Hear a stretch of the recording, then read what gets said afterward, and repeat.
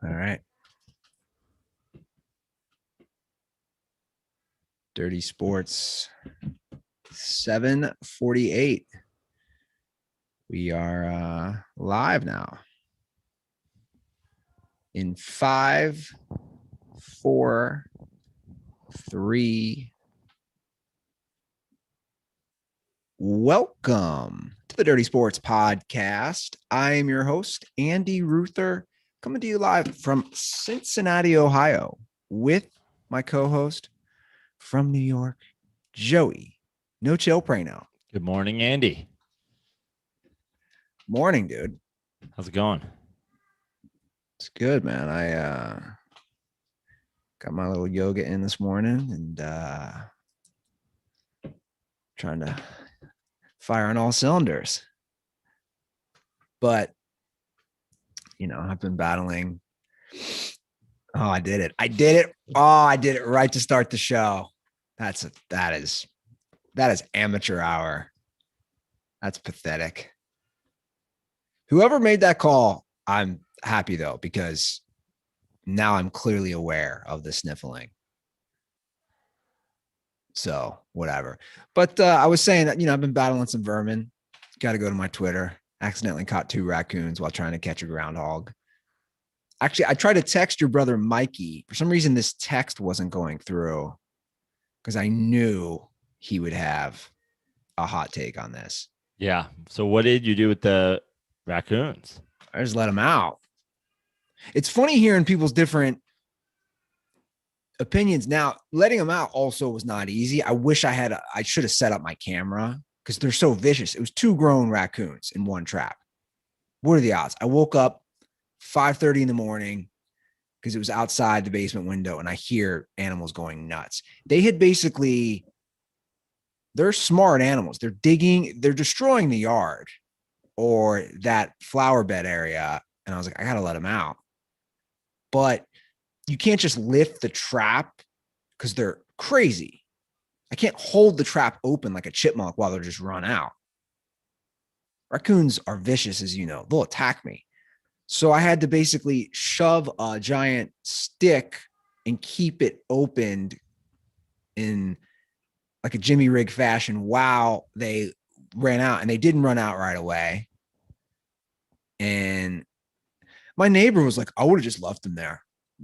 He's like, they're nocturnal. Just let them die. Just let them bake in the sun. I go, yeah, then what am I doing with the bodies, dude?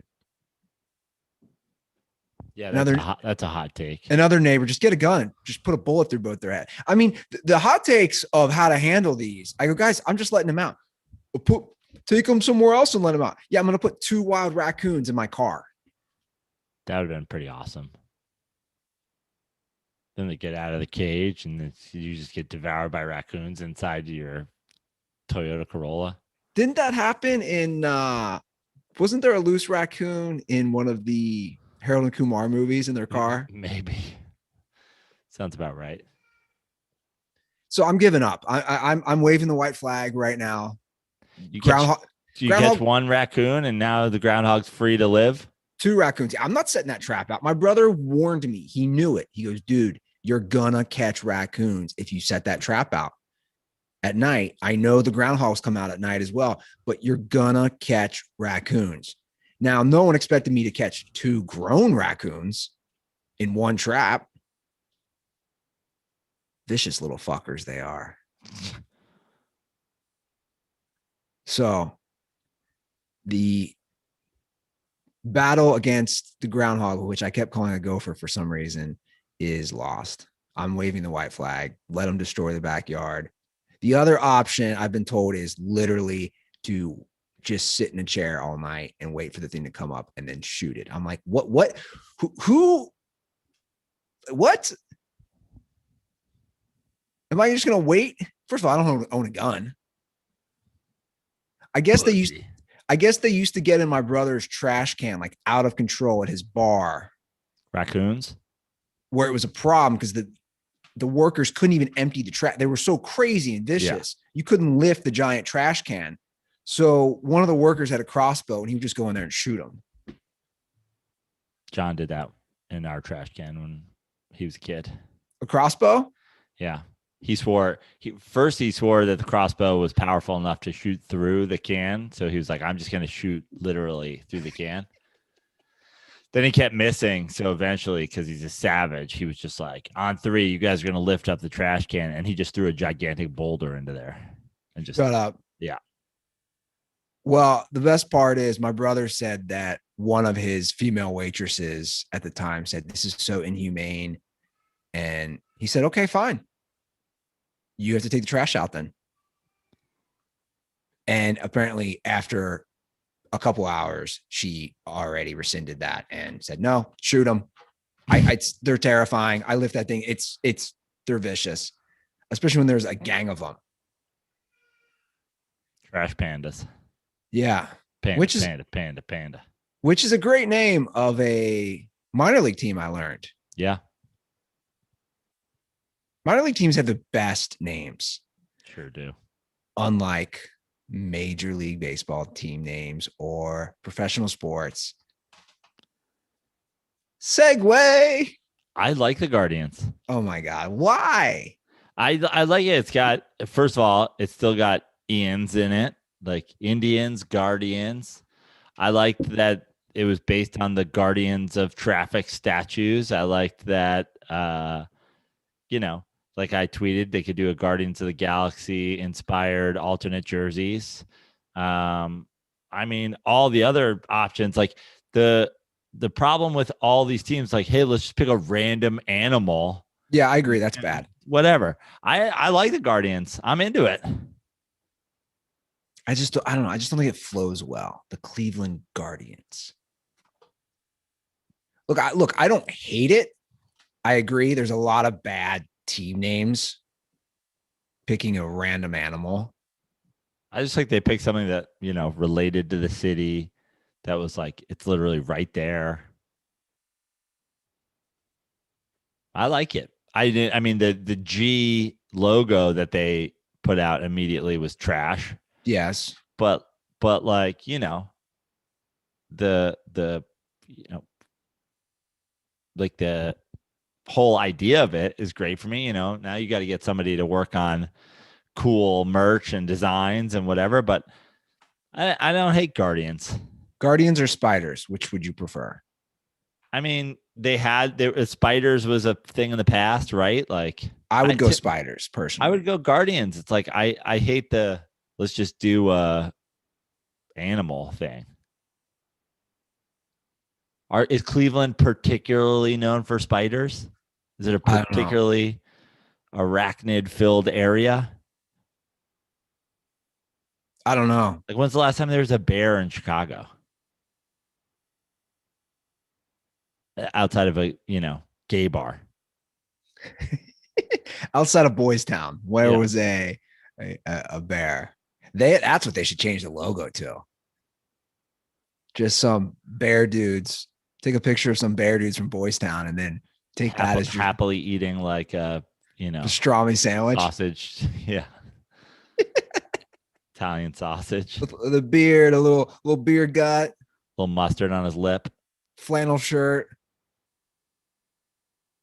There's some twink in the background, just like, hey. See, now you had to go too far. That took it too far? Yeah, it took it too far. Canceled. Dude, if you're gay. Oh, here we go. No, I just thought of something. Like, that's got to be great. You have a whole area of town. You're like, I'm going to go. Only gay dudes are going to be there. Because the argument can be, if you're straight, but that's not true. If I go to a bar or a gang of bars, it's not going to be only straight dudes. Unless it's Buffalo Wild Wings. Yeah. I haven't gone since I've been back. There's one close to me. Yeah, it's crazy. Getting heavy on the chili and the Applebee's. Like, what do you... There is no Applebee's near me. I know you've said this forever. There has not been an Applebee's near this residence for a long time. Seems like you're just letting a lot of business get away there, Andy. Maybe you should start the Applebee's. They did open some local Xavier prep newspaper clippings. Yeah. Well, they did open a new Trader Joe's in Northern Kentucky. That was big news. Great. Went yesterday. It's awesome. Not gonna lie. An old Joseph Beth bookseller store. This is my life. Had a little, went to TJ's, came back, had the fam over, and had a grill out yesterday. I'm learning, Joe. It's a learning curve. I'm learning how to. My dad had a Weber charcoal grill, and I'm learning how to use it. Do you have much experience with that? Yeah. We had a Weber charcoal grill on our rooftop in Brooklyn for many years, courtesy of Pizza Starro. I think it was like I think it was one of the things you could get for like a corporate gift from Johnson and Johnson. He was like, "Give me the big Weber grill." I like it, dude. Don't you? I think it just makes great meat. Yeah. Great burgers. And shout out to our friends at Butcher Box for sending some meat.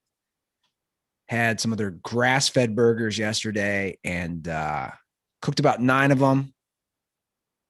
And it was great. My dad has a lot of seasoning still here, and we seasoned it. And it's a great way to celebrate your summer. DirtBalls. If you haven't ordered Butcher Box, I can't recommend enough. And luckily, today's sponsor, Butcher Box, wants to celebrate. I'm sorry, I'm messing this up. Luckily, today's sponsor, Butcher Box, wants to celebrate you this summer. Listen to this offer. Right now, Butcher Box is offering new members 2 free lobster tails and 2 free ribeyes in your first box, so you can share a high-quality surf and turf meal with friends or enjoy it by yourself. Simply sign up and enjoy your Butcher Box delivery frequency. They offer 4 curated box options and a custom box that lets you choose your favorite cuts. Butcher Box ships your order frozen at the peak freshness and packed in an eco-friendly 100% recyclable box. You enjoy high-quality meat delivered to your door and more time for amazing meals together. I do love lobster tail, Joe. I assume you're a lobster tail guy as well. Yeah, of course. So this really is a great deal that you guys should not pass up. Once again, Butcher Box is offering our listeners 2 5-ounce lobster tails and 2 10-ounce ribeyes for free in your first box. You can only get this special offer when you sign up for a new membership at butcherbox.com/dirty. That's butcherbox.com/dirty for free lobster tails and ribeyes in your first box. And you guys should definitely do this. It's a great deal, and they have great products. And Surf and Turf is... I'm going to sign up so I can get some Surf and Turf. Yeah, Surf and Turf is great, man. Meat, lobster tails, that's a good meal. I like to, when I do my lobster tail, sometimes I'll make a little lobster tail salad. You ever do that? I have not done that. No, I just want to eat that lobster tail with butter. Just to go the old-fashioned way with butter. Yeah. That's what they should have called Cleveland, the Cleveland lobster tails.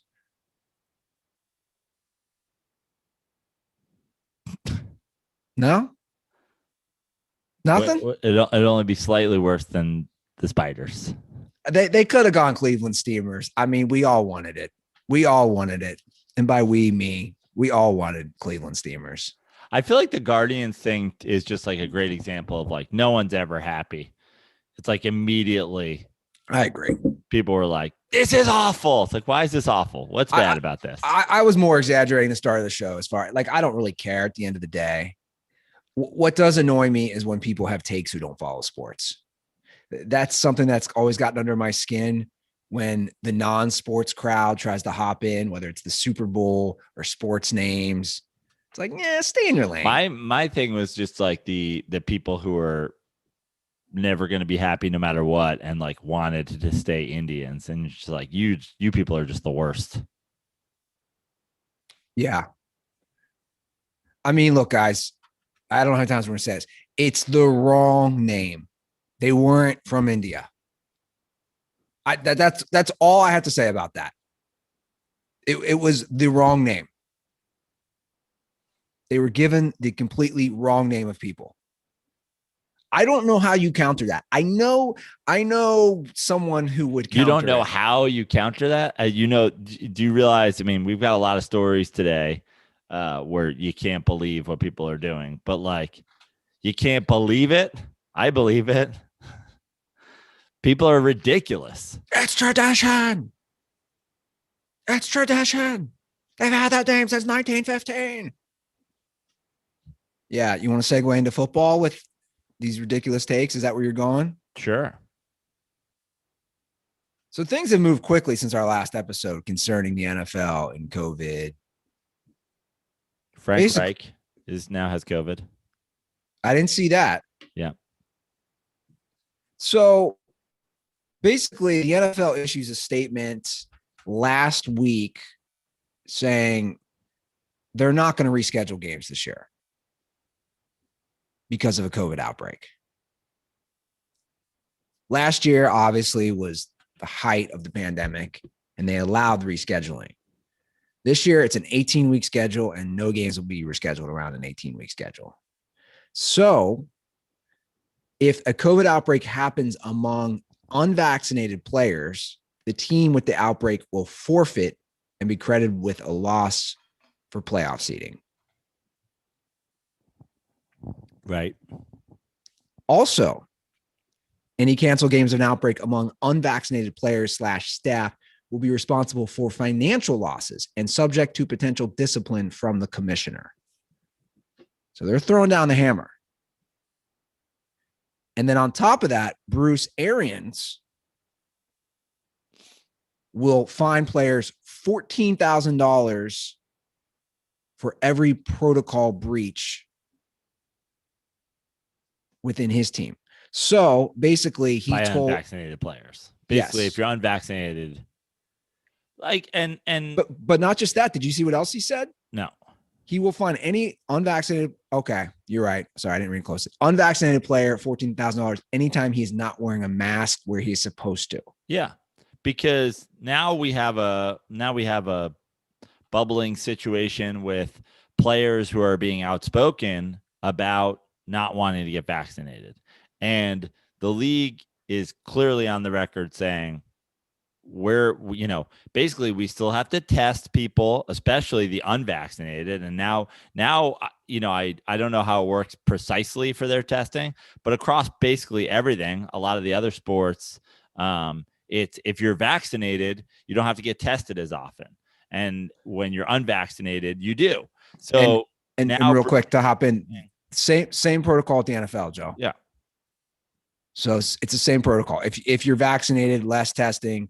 Yeah. If you're unvaccinated, you're getting tested every day. And so if you're unvaccinated and you're this outspoken, I'm not going to get vaccinated. Well, then you better live and die by the protocols that they had set last year. And you better keep up the same standard of the masks all the time, not basically it's really simple.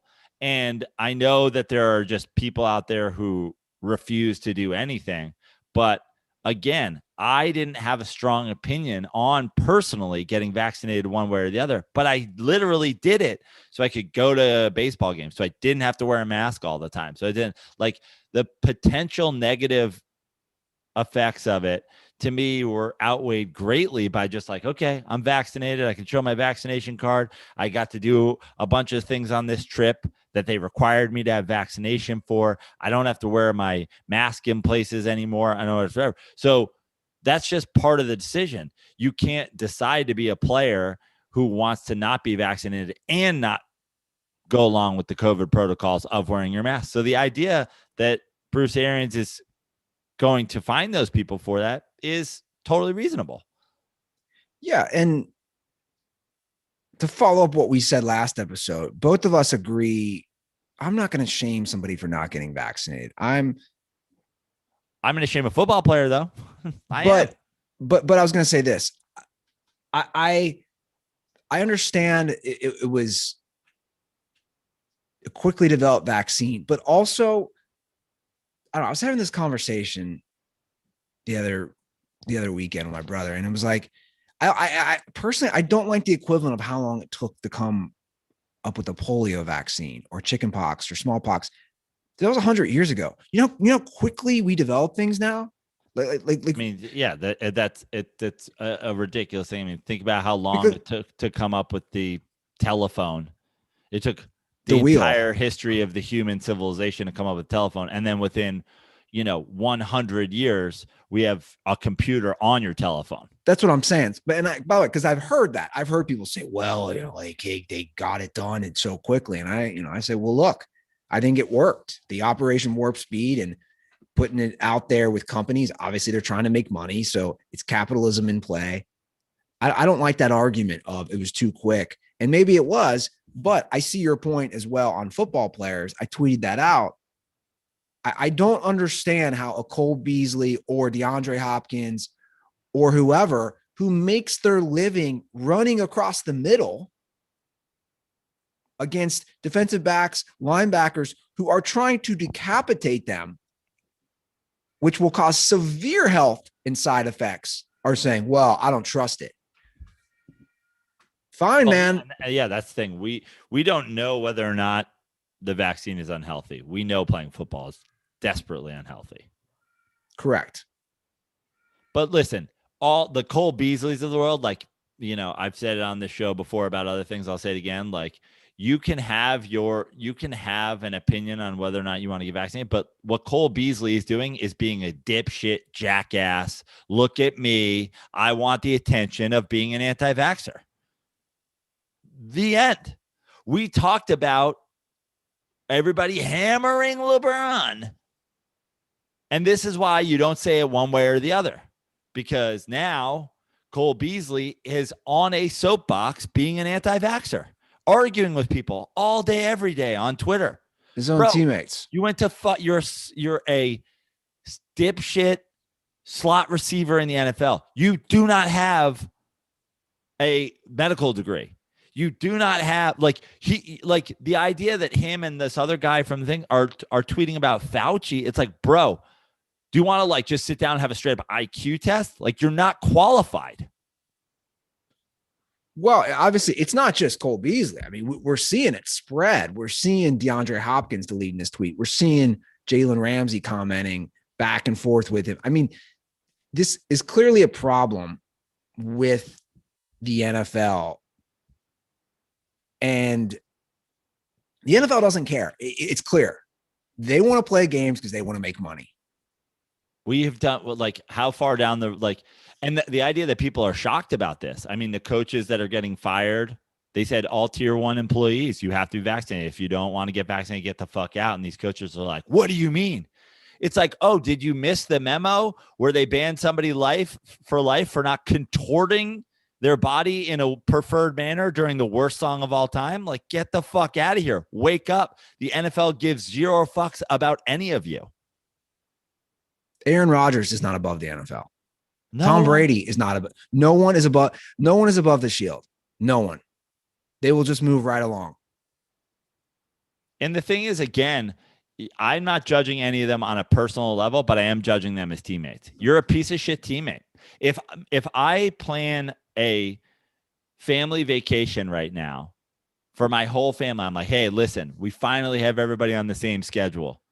All the brothers and sisters can go. All the nieces and nephews, my mom, we're all going to Hawaii. And the hotel we're staying at requires vaccination. And somebody doesn't want to get vaccinated. And now they ruin the trip. You're a selfish piece of shit. You can make the decision you want, but we talked about this. We planned this. We spent money on this. And now you're not doing it because you want to do it. Fine. That's your personal opinion. But just know that you're ruining it for all of us. If you're a football player, I don't care about your personal opinions, but you're a bad teammate to not get vaccinated. The end. Look, I know it's a touchy issue, civil liberties, personal liberties, and freedoms. And these are kind of issues that we're delving into. And I understand that. But it's not really, everyone's trying to make everything so black. Like, is this an equivalent? I think it's an equivalent. I could be wrong. When you go to certain countries in the past, if I was to go on a safari to Africa. Oh, you mean you would need your vaccine passport? That's what I'm saying. I would not be allowed. This is a fact. I would not be allowed unless I had my malaria and whatever shots, polio, whatever it is. I don't know, but I know that. I know that's true. And I'm pretty sure even before I went abroad for a semester in college in Europe, And how about like when you went to fucking School. kindergarten? That's what I'm saying. Yeah. You're People not act like this shit didn't happen before. So if you go to school, you have to get your shots. So I understand it's a little different. I'm not saying they're the same. It's a little different if a restaurant says, hey, you can't come in here. And have you experienced that one time yet? No.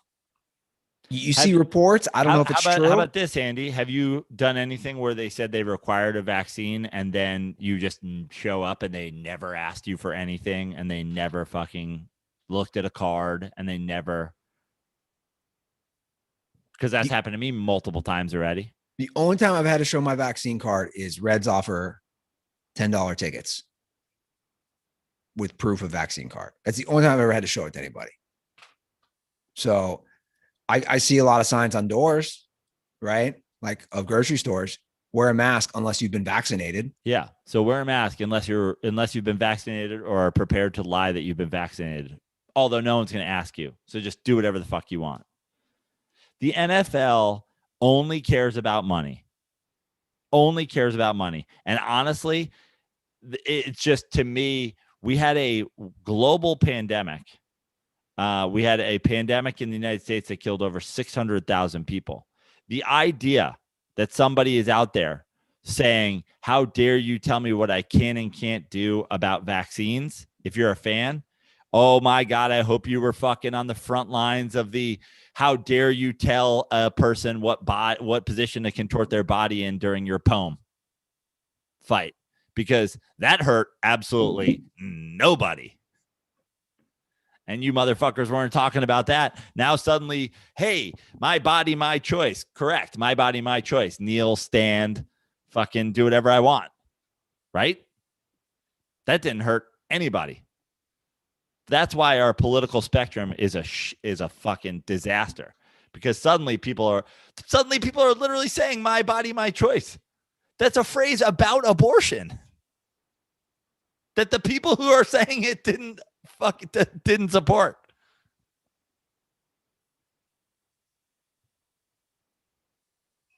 It's creating problems, and we see it within the Bills organization right now.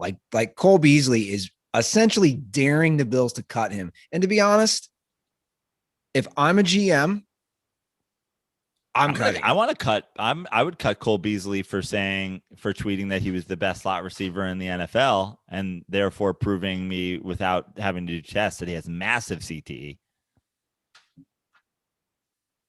Like Cole Beasley, you had a good year last year. You do work well in that offense, how it's run around Josh Allen, because they do a lot of packages with the slot receiver, but you're so replaceable, dude.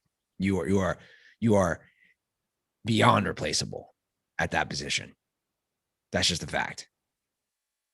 And now that you're chirping back and forth with other receivers, this is not good. Dude, if you don't want to get the vax, fine. Cool. I respect that. But just shut the fuck up about it. Yes. Just go along with your day, man. I know people who aren't vaccinated. They're not open about it. Like they're not going on social media. They have their opinions. I respect that. And that's fine. I say, but I said it before. I said it before. I will say it again. I don't care what you do. I don't care at all. Also, if you're on my football team and you don't get vaccinated, you're a piece of shit. The end. You don't care about your teammates. You don't care about your coaches. You don't care about your fans. If the Bills get a game forfeited because fucking Cole Beasley didn't get vaccinated, fuck you. All kinds of sacrifices are made to play fucking sports. This is the reality of 2021. You're not allowed to fucking smoke weed. Yeah, again, I really don't. I would want someone to point out what is the difference between a school saying you have to get vaccinated or a country before you enter in the past. What the difference is the NFL isn't saying it. They're not saying it to players. They're just saying you have to abide by all these protocols and whatever, and you have to get tested every day. And when Cole Beasley gets fucking COVID, we're not forfeiting games. you're not getting paid. But the idea that you're going to be the person who's talking about your health and safety as a slot receiver in the NFL, it's like, bro, your family is going to be feeding you fucking, creamed corn when you're 47 because your brain's going to be mush. And you're talking about the health and safety of your family? I agree, but let me play devil's advocate for a minute. I agree. I tweeted that out. When someone like Cole Beasley or any of these guys talk about health and safety when they play one of the most violent sports in the world. But what if someone said that argument is whack because they know what they're getting into with football? They do know it's dangerous. They don't know the vaccine. What would you say to that? I would say that Cole Beasley has been vaccinated for 20 different things in his life, and he took it not knowing how any of them work. Okay, it's a fair point. The people who are like, I don't know. But we don't know the long-term effects. That's true. We don't know the long-term effects. You know what we don't know the long-term effects of? Using our cell phones. True. We don't know the long-term effects of fucking anything. But I'm saying, Joe, we don't know the long-term effects of driving an electric car. Are those batteries pumping out cancer? But the vaccine is the newest amongst all the things that you're saying is all I'm saying.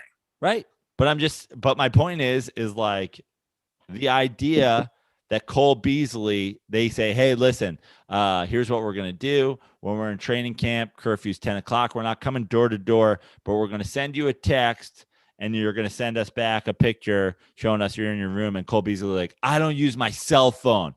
I don't trust it. I'm not a cell phone user. You're going to have to call me on the landline. They're going to be like, no, Cole, you got to have a fucking cell phone. He's going to be like, no. They're going to be like, you know what? This guy's a bigger problem than fucking we need. If you don't understand how any vaccines work or any of them, then like, how dare you weigh in on fucking whether this one works or not? You know what I did? I called 3 doctors I know, and I was like, hey, seems really fast. And they're like, here's why it's not a big fucking deal. You know how we could have solved all those other issues we have with $1 trillion thrown at it and give us $1 trillion and we'll fix AIDS. Yeah. So we'll see. But also it's a matter of weighing the benefits. Like what are the long-term effects going to be for Cole Beasley? 30 billion people around the world suddenly drop dead? Is that what he's worried about? Well, that's the argument I've made all along.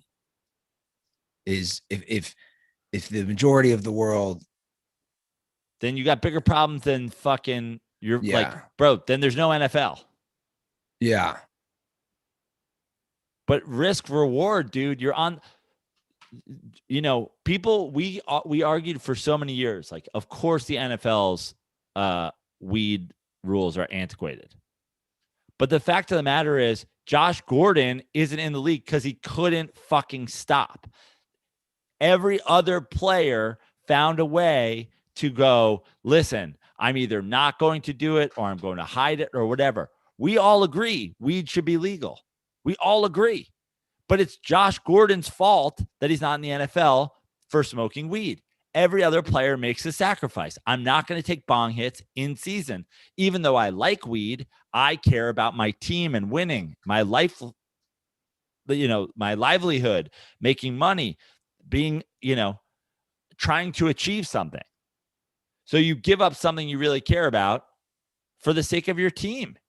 If Cole Beasley was on my team, I'd be like, you're a fucking dork loser who's now like, what's your career aspirations? Be anti-vaxxer guy? Fuck you. Well, it's already happening, first of all. And I don't even know. I'm so confused at this point. Does anybody doesn't want to get the vaccine or someone like Cole Beasley, is he automatically an anti-vaxxer? Because I'm assuming, like you said, he's gotten a lot of vaccines. Right. In his life. So technically he's not even an anti-vaxxer. He's an anti-COVID-19 vax. And he got a bunch of other shit before he had a platform and decided, oh, I'm going to start tweeting about it. I'll say this as well. We all know how violent the NFL is and the amount of shots these guys get. How many times do you think Cole Beasley has been injected something to play in a game? Yeah. Whether it's cortisone or whatever. And do you think at any point in his life, he was like, hey, just like the first time they started giving cortisone shots for pain, like how long had they been developing this? Was it tested? Is it FDA approved? Also, we don't believe Fauci or the CDC or the FDA, but I still need things to be FDA approved. Like, I love it when people question everything that the government's doing, but then they're like, it's not FDA approved yet. So wait, it's not approved by the people you don't trust? Like, I don't even fucking understand what you guys are talking about at this point. Look, I have no problem questioning government and questioning people. I do a lot of that myself, but this is a hill where he's losing. He's going to lose. He's going to lose. Dr. DirtBall, Zach Olmstead, who came to my show on Brooklyn with a injection of truth into the show. There's never been a long-term effect of any vaccine in history beyond 2 months' time.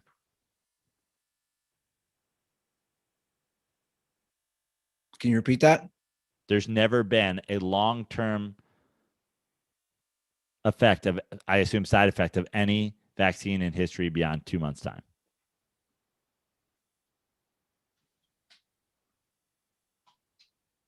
The show will go on. Cole and DeAndre Hopkins and anybody else, the show will go on, guys.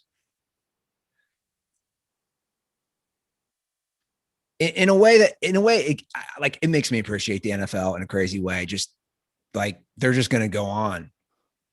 Like there's positives and negatives that no one's bigger than the product on the field because it will go on and it doesn't matter. And now to pivot into another big story with the NFL, we have to talk Deshaun Watson, who we haven't heard anything about for a while.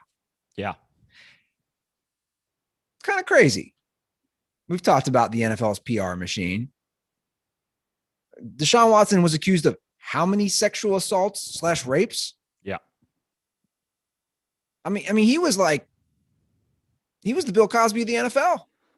And what's weird is that Trevor Bauer is suspended indefinitely while they investigate one claim. And now the rumors are Trevor Bauer's teammates don't want him to come back under any circumstances. But there's like 25 claims against Deshaun Watson, and he had to report to camp because he didn't want to be fined. If Deshaun Watson didn't report to camp, he's fined $50,000 a day. He said he still wants to be traded, but he doesn't want to lose 50 G's a day. So now the Texans are saying they will negotiate trades or entertain trade offers. They want at least 3 first-round picks for him. Who's going to give them that?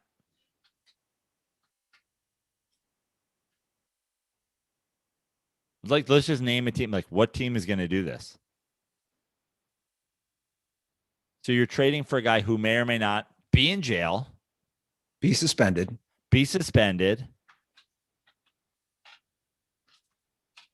I guess the Bills could get him to play receiver.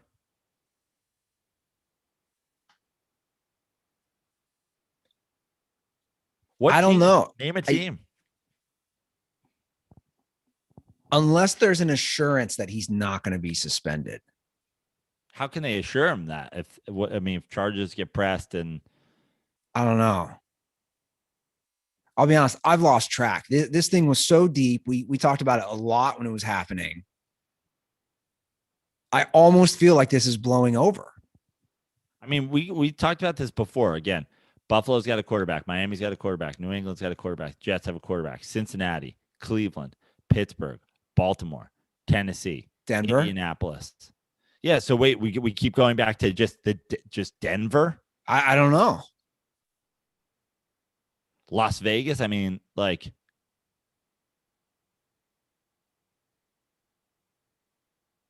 who is this team that has this that 3 first-round picks? I think they're drunk.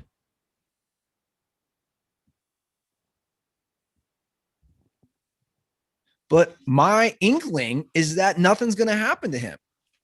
Why would it not have already happened?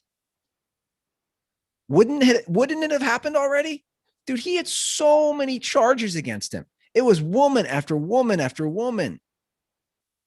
We were in that slow period.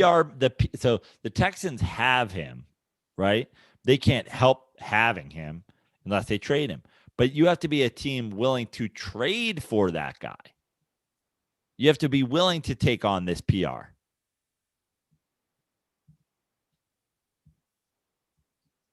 And then he's telling the team, this is such a bad situation. And then he's telling his current team he doesn't want to play for them, but yet he's still showing up to camp because at the same token, he doesn't want to lose all this money. Right. What a disaster.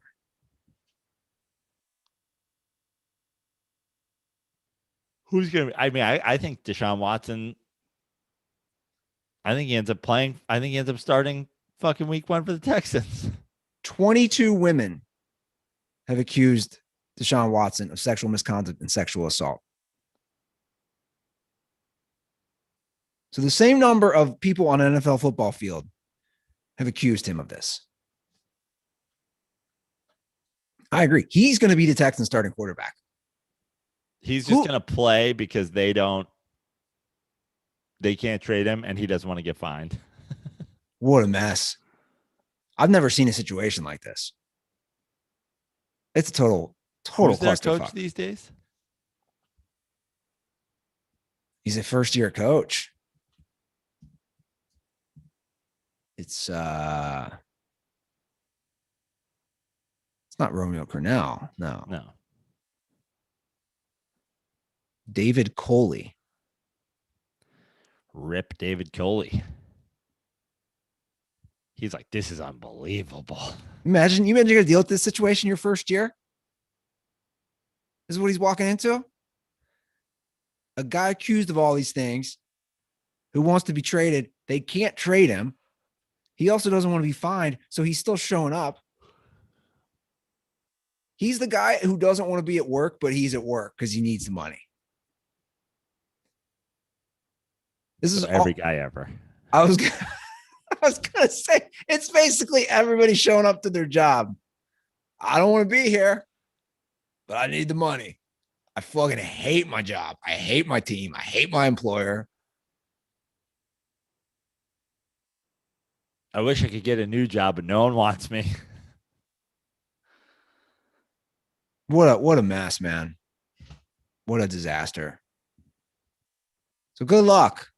What is I'm going to look this up right now. What is the Texans over under for wins? Because I would bet the under, whatever they are. What do you think it is? 5. Close. 4.5.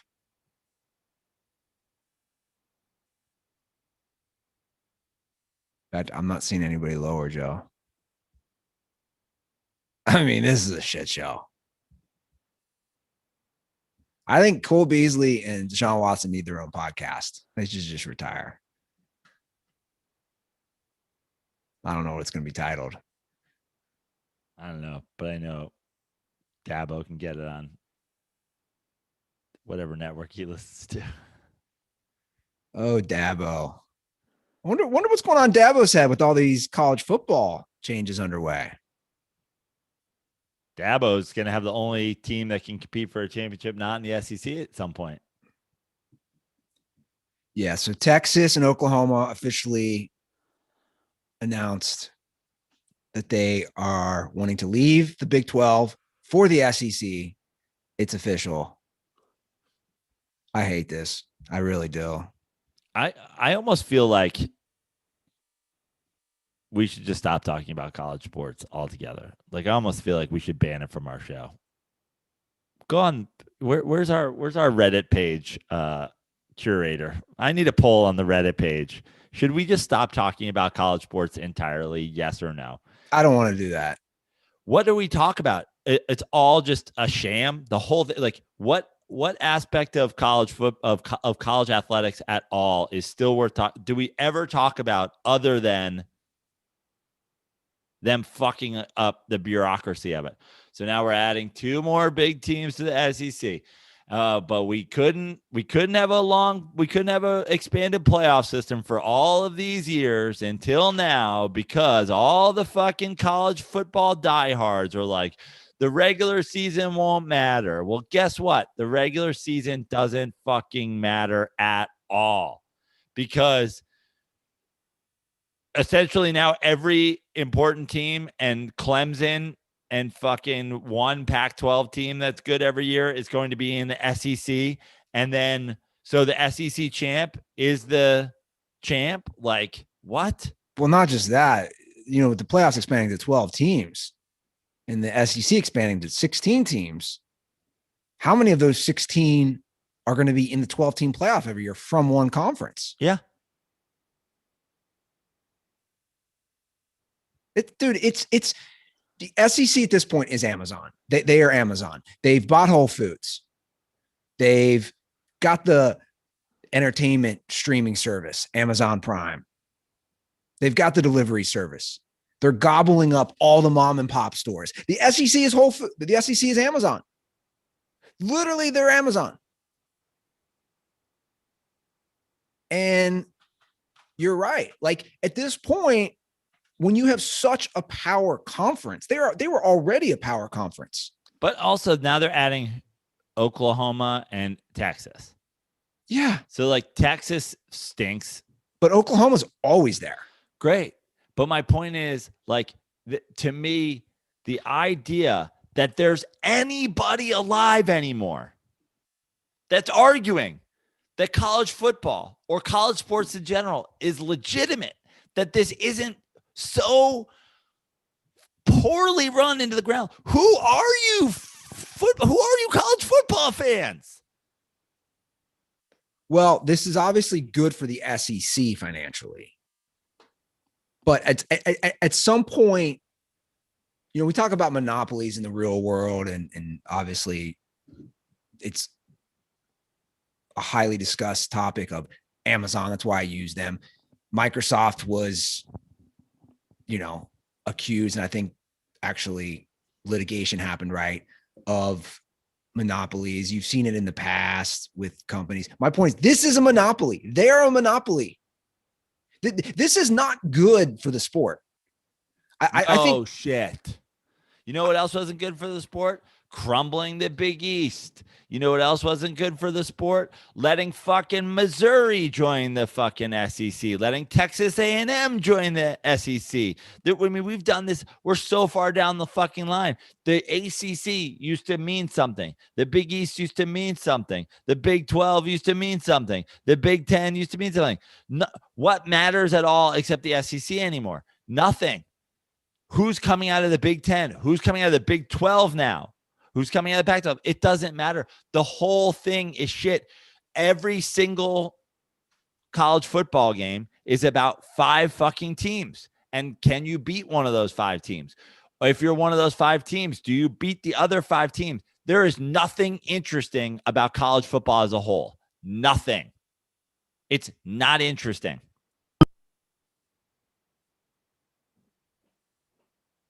$16 teams in one conference. It would have been so much smarter to hate to say I fucking told you so, go to a fucking expanded college playoff a long time ago and have each conference's bid into that tournament mean something. Now you have a chance at the championship. Now you have a chance of winning a national title if you win the ACC. If you win the Big 12. So why wouldn't you want to be the best team in a conference that automatically gets a chance to go to the championship? But instead, you have all these dipshit fans out there who are like, if we expand it, this regular season means nothing. Now you've expanded it and the regular season means nothing because nobody's conference winning means anything. It was so obvious. Like, 8 years ago when we started this fucking podcast, I said, do a 16-team tournament. Every other fucking level of college football has it. No, what about the regular season? Well, now, guess what, Texas? You're the shittiest team in the SEC. How's your regular season matter? Should have won the fucking Big 12 championship game, gotten an automatic bid into the fucking 12-team tournament, and had a shot.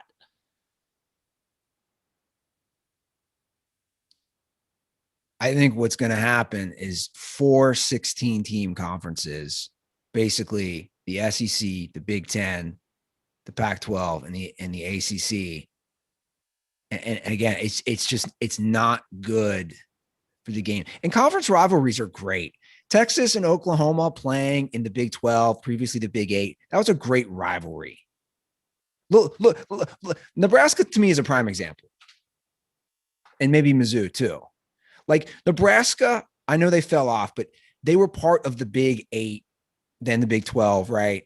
That was a great rivalry. They had great rivalries with those teams. They went to the Big 10. Where's Nebraska been? They've been nowhere.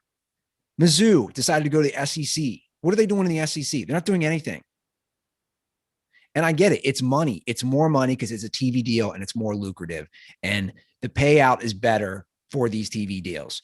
But this thing is such a mess that the TV rights for Texas and Oklahoma, they don't have through 2025. So now we're going to have all this litigation and all these lawyers trying to hash out millions of dollars. I just think college sports in general is such a sham. I like it. It's really hard for me to give a shit at all. It's hard. I agree. It's hard, dude, for all the qualms and complaints I can have about professional sports and each league. None of it compares to college sports. None of it. The complaints I might have about the NFL or NBA or Major League Baseball, dude, at least they have divisions. At least they have some sort of parity that happens. So you're going to add Oklahoma, who's always in the thick of it, with the Alabamas, with the LSUs. I don't care. I couldn't care. I literally could not care less.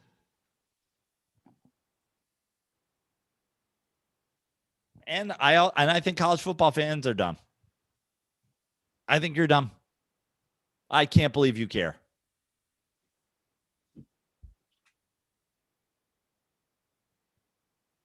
It just sucks. You know, if you went to a school and your school was good at football and name of fucking Alabama, Clemson, Georgia, name a school outside of the top fucking 5, Ohio State, where their football team even matters a little bit anymore.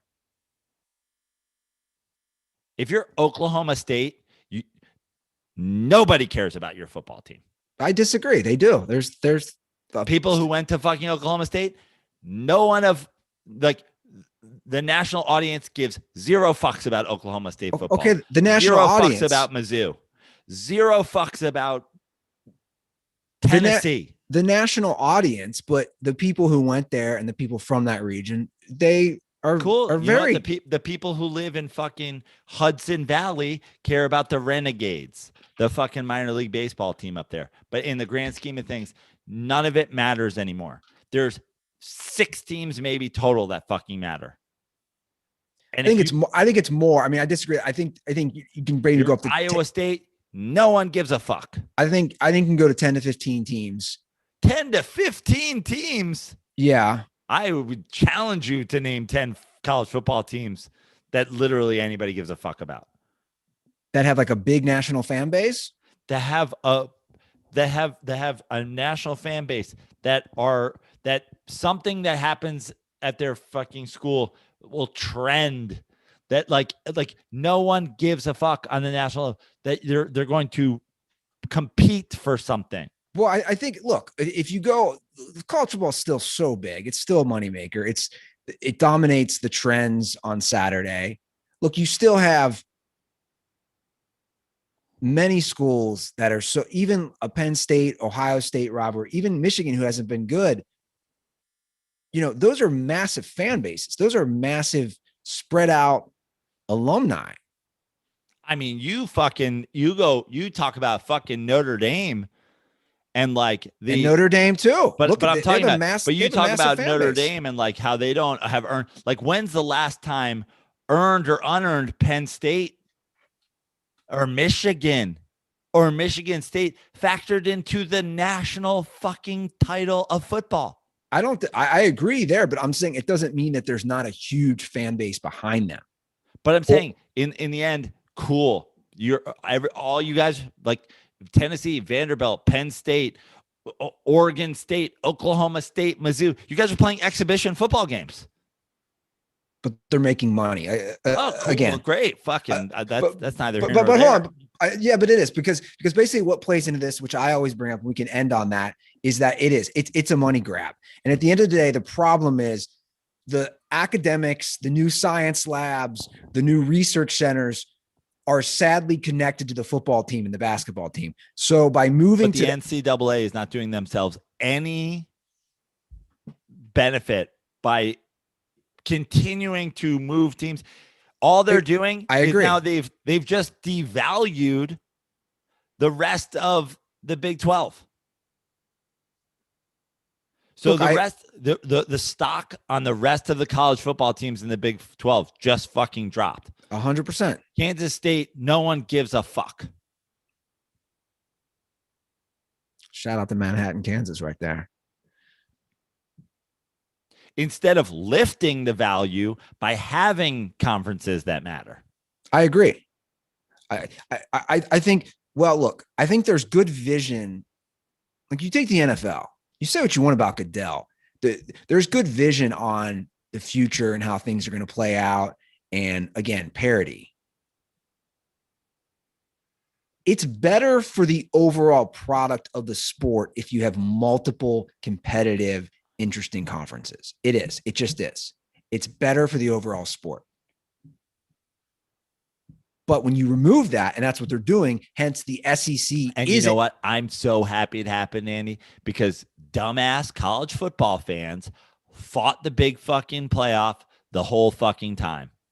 Because then their regular seasons don't matter. Well, now Kansas State, how's it going for you? Now no one gives a fuck if you win your fucking conference. They're really going at the Wildcats today. I'm just saying it's randomly fucking all those schools, all those people, all those fans of all those schools who argued against what was inevitably going to happen. And they fought it and they fought it and they fought it. And now they have it and they have no conferences. Should have fucking listened. The regular season won't matter. Your regular season don't fucking matter. Good luck, Washington State football. The Cougs. Shout out to CT. Vanderbilt. The Commodores. Kentucky, go find the last guy on the bench on your basketball team. Maybe turn him into fucking Antonio Gates, because otherwise no one gives a fuck about your football team. You watching the Olympics at all? A little bit, but not. Sadly, I haven't had an opportunity to watch a ton. I've been staying at my sister's so far. She doesn't have her streaming dialed in quite like I have my streaming dialed in. Like I don't know where to find the things. I'm like going through a lot of apps. So I've been watching. I watched a lot of the swimming finals last night on my phone. The Ledecky upset. That was a big story so far. Yeah, swimming's fun to watch. Yeah, I like swimming a lot. Obviously, Team USA loses in basketball to France. Yeah, first time they've lost since 2004. They've caught up with us, the rest of the world. And I don't necessarily agree with that, but well, my take is this: they've caught up. I don't know if they've caught us, but this is, I think, the other countries having so many talented players and being so good is actually it's a word I'm looking for. It's a positive affirmation of where the NBA is at. Basically, what I'm saying is the league is so strong with such a pool of diverse players from around the world. If I'm Adam Silver and I see France beating USA, I think that's awesome because that says to me, dude, our league is so good. It's not the dream team. And I think that's what started all this. The dream team absolutely bludgeoned every team they played in 1992. And we embarrassed the world. And I think the rest of the world said, okay, we can't get destroyed every single game like we did in 92. We got to step up our game. And since then, about 30 years later, we've seen that. The rest of the world has gotten very good at basketball. And it is a product of what happened then and also just the league expanding. Again, that's how I view it. I don't view it as like, oh, no, I mean, I think it's good, but like, unfortunately, I view it as it's good for the game of basketball. Yeah. Unfortunately, Olympic basketball, Team USA basketball doesn't have anything really to do with the NBA. Like David Silver doesn't give a shit. I'm first of all, I'm sure he does give a shit, but it doesn't actually link to the NBA. But at the same time, I think it's good for the NBA for Team USA to have its stars there and for them to dominate because they're all on one team. They have the most name recognition, whatever. Now, I think great games versus, the Evan Fourniers of the world is good for basketball worldwide. But we are in a situation where we don't play our best players. Sure. And they do. And the NBA is a little bit to blame for that. Because they did the shortened season, the shortened off season. Like there are guys not playing because they basically played 2 full basketball seasons in a row and aren't about to not get another summer off to play Olympic basketball. But listen, I think it's great for competition for us to play games. You know what I mean? And I hate the people who are like, this would never happen under the Jordan dream. And so it's like, this is not, it's ludicrous to even compare it when the whole world is playing basketball because of that now. And that's my point is because of the Jordan team, the whole world is now skilled and good. And we see it. We'll see it again in the NBA draft. How many non-American or foreign-born players will be drafted in the first 2 rounds? Or I'm sorry, the only 2 rounds. We're going to see a lot because that's how good players are. And that's how much the game has spread. So it is actually a compliment to the dream team. And I would say that, another positive thing to take out of this, in terms of our struggles, besides the fact that we're not playing, but I mean, listen, we have a lot of good players over there. I think that there's certainly negatives that came in with the basketball spreading to the world, flopping for one, the soccer style flopping that came with opening it up to Europeans, especially, and Ginobili's of the world and stuff like that. But it's a less selfish brand of basketball, and we will lose games to. We're still the most talented team in the Olympic tournament by far, but are we the best coached, or do we have the best strategy? Probably not, because we play a very selfish style of basketball. We have a call about that. I really have to take a leak. Let me play that call. Because I think it's even addressed to you about the flopping in FIBA, and then we can keep talking about it. Hey guys, what do we make of these FIBA rules? I think most people like them, but then also I called can Joe still blame the Euros and the European players for all the flopping in the NBA when it seems like it's something that the NBA rewards, and that doesn't really get away in the international scene. So that's my question. Thank you. So first things first, I love the FIBA rules. I like the no offensive goaltending. I like the expanded paint.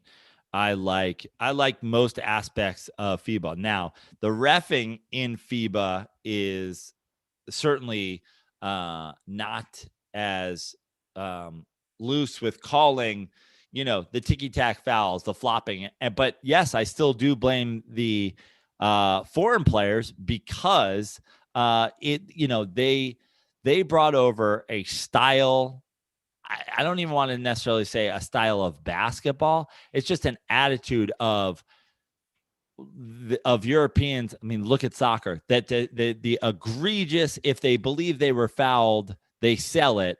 And you combine that with, yes, the NBA, which for years has always been quick with the whistle, especially on stars. So, Michael Jordan didn't flop. Kobe didn't flop. They didn't have to. First of all, Kobe flopped all the time, but like they didn't have to, because the NBA is a league where they give fouls to stars. And so the Euros came over and brought away with like the grand gesturing and the, look at how hard I got hit. And so it's a combo of the two.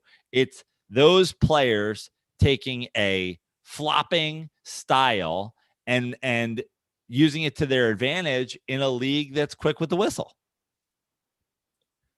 Yeah.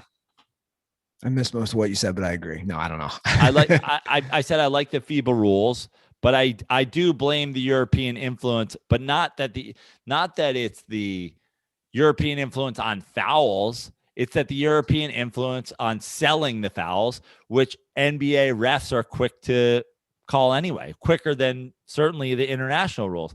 But also, let's not pretend that FIBA hasn't accounted for what people don't like about the NBA and tried to change it and whatever to make basketball more appealing to the world. Yeah. Well, hence the expanded paint. So you don't have just, the Shaquille O'Neals of the world standing in the middle, just being able to dominate, more movement, more spread out, more all that stuff. We have a lot. Why don't we just we're already into calls. Why don't we have calls about the Olympics as well? Okay. It seems like that seems to be obviously it's on, so everybody wants to talk about it. So let's get to some more calls about the Olympics. Hey, Joe and Andy, this is Jeff down here in Texas. Long-time listener, first-time caller. Just a quick question for you both in the spirit of the Olympics. There's a bunch of crappy sports in there right now, crappy events. So what event do you think should be cut, and what event do you think should be added? Curious on your guys' thoughts. Stay dirty, boys. So I was saying, I have the list in front of me. Okay. Of all the sports. Yeah. It's a good question. There's some I don't even know what this is. What is trampoline? It's pretty self-explanatory, I think. That's a possible cut. That's a possible cut? What do they just jump on a trampoline? Yeah. Isn't that awesome? I don't know, man. Probably doing 20 flips in the air. Dude, I watched the 10-meter air rifle the other day. What? Why do we have BB guns in the Olympics? Rhythmic gymnastics, not the regular gymnastics. Yeah. Where they dance with that little thing. Get rid of that. But most of these I'd keep as I look at them. Artistic swimming. Do we get rid of that? I mean, if I have to do one, there was nothing I've ever seen that was more boring than the 10-meter air rifle the other day. Like, I don't get BB guns out of the Olympics. I liked that they added surfing. I liked that they added skateboarding. Yeah. I mean, most of these are, they're legit. Are you getting rid of any martial arts? I wouldn't. Fuck it. Yeah? No, I'm saying yeah. I've already made my selection. We're getting rid of BB guns in the Olympics. I want air rifles out. But what could you possibly add? I mean, we could add lots of stuff. Like they've already added, they added surfing, they added skateboarding. Like I think the X Games, that's a real, obviously that's their Olympics, but like BMX freestyle as well is a sport. Yeah. But like there's, what about what about like they had like the land luging. About cornhole. Yeah, fucking throw cornhole in. No pool, no billiards.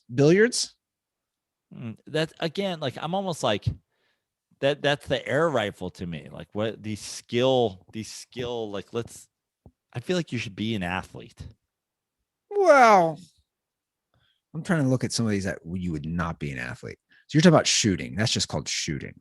No, it was the air. Yeah, it was an air rifle though. It wasn't even like rifling. It was like. Well, I'm looking at the literally- actual sports names. There's archery. It wasn't archery. There's one just called shooting. Yeah, guess that's it. That was probably what you were watching. Yeah.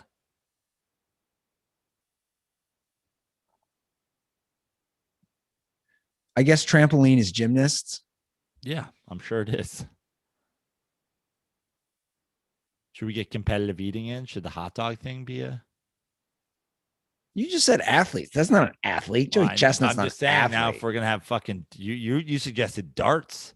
No, I should toss it out. Possible billiards. I'm not saying. What about bowling? How about slam ball?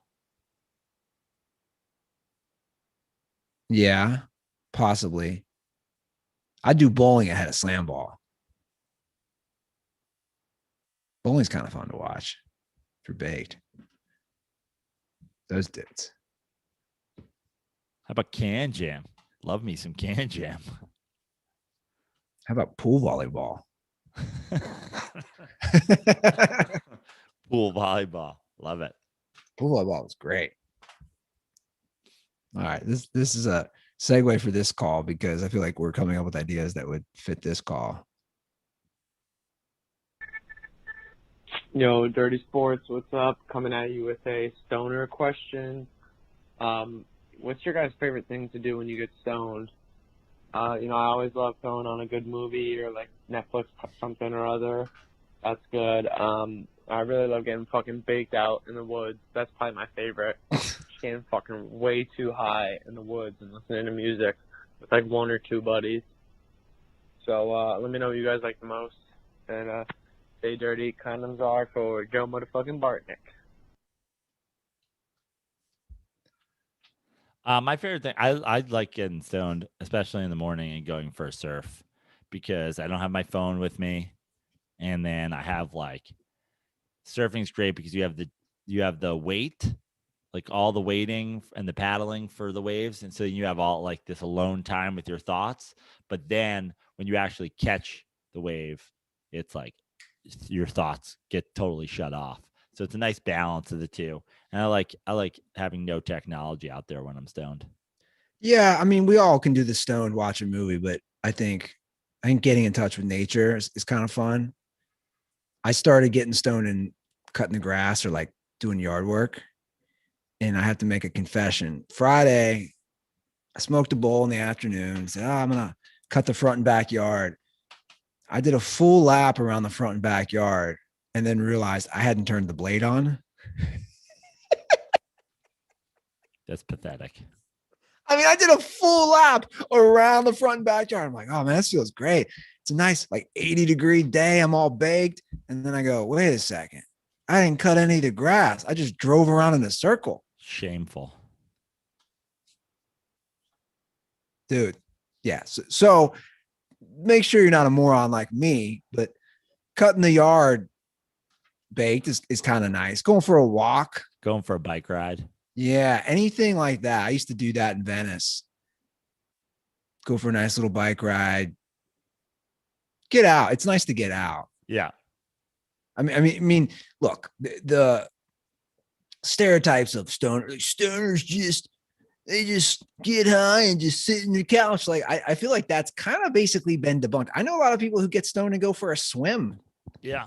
I get stoned and swim. I get stoned and always do something. I can basically, it's impossible for me to sit down. I'm cleaning my apartment or going to run errands or whatever. Yeah. Maybe that's a sport at the Olympics. It's not just stoned apartment cleaning. No, I was saying it's not just like 3-on-3 basketball. It's stoned 3-on-3 basketball. Every player has to smoke a bowl, the same concentrate of cannabis, and then you play basketball. Stoner basketball. Okay, let's get to one more. I think you're in a rush, so let's try to get one more. Yeah, I'm heading to the Mets game tonight. I've got two. I've got the Mets doubleheader tonight, 5 and 7 o'clock games. So I'm heading out. I'm gonna go down to about to catch a ride down to the city and go. I don't know, maybe get some pizza. Go to the Mets games. Let's go. We'll wrap it up with this. Joe, Andy, to your number one farmer, DirtBall, Jay from Minnesota.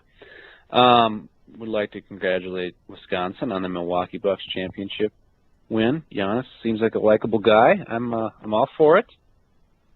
And I mean, savor it while you can, Wisco, because about to be a big fall from grace happening when number 12 doesn't come back. Shots fired. You're going to be middle of the road to bottom of the division team, just like the Lions. For years to come when you guys don't have a quarterback. The Jordan Love era is going to be upon us. I disagree. I mean, other than like LeBron leaving Cleveland, what are some of the worst falls from grace as like a historic franchises? I guess Cleveland is historic, but I mean the Packers are a historic franchise, and I think they're going to suck after Rodgers leaves for a while. I don't know. Just trying to think of like historic franchises that have fell off dramatically after somebody left. Stay dirty, boys. I mean, the Bulls. Yeah. The Bulls haven't recovered since Yeah. Jordan, and I mean, 6 titles. What have the Bulls done since Michael Jordan and the whole team left? Nothing. Nothing.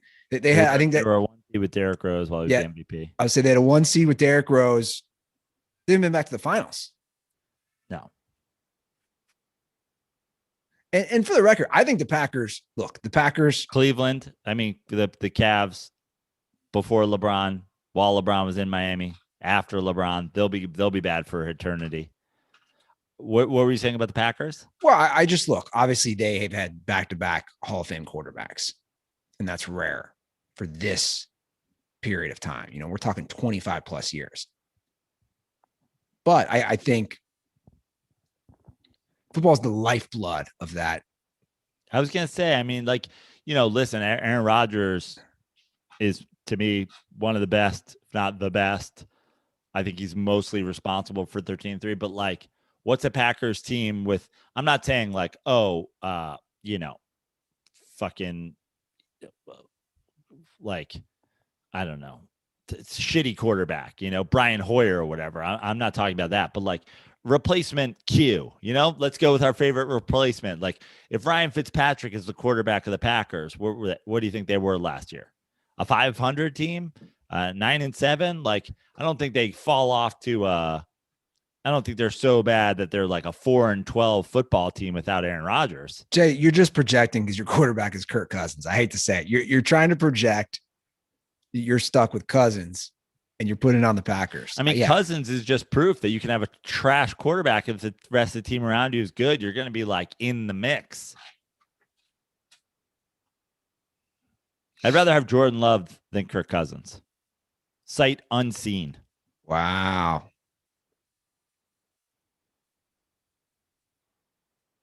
I would argue the Bulls are the biggest fall off ever from having a star to not having a star that we've ever seen for this period. Now, Cleveland will get there. Give Cleveland 15 more years. Yeah. They'll get there. But I almost feel you got to choose a quarterback in the NFL or maybe somebody in the NBA to where it affects the franchise that much. Yeah, for sure. So, all right, those are the calls. 310-359-8365. Thank you for leaving the calls. Again, let's try to keep them a minute or under. If I didn't play your call, most likely there was just a bad connection or it just sucked. But again, 310-359-8365. I promise I'm getting koozies out this week. I am behind. So if you had sent me your address, if you had dropped a review, I promise I will get those koozies out. That's on my agenda this week. Come see some shows. I'm hosting a show at the Stand this Saturday. I was just at the Stand this past Saturday, and boy, it's great to have New York comedy back. That room was on fire. I'll be hosting the show there this Saturday. I believe it's the 10 o'clock show. You can find it at joeprano.com. I just added my shows for New Orleans in the first 2 days of October, October 1st, October 2nd, 2 shows Friday, 2 shows Saturday in New Orleans. If you're down there, get your tickets as soon as they're available. If you're in the area, start planning a trip. What a weekend. Giants at Saints. It's comedy shows. Trying to get my brother down there. Mikey's 40th birthday in New Orleans, apparently. So let's go.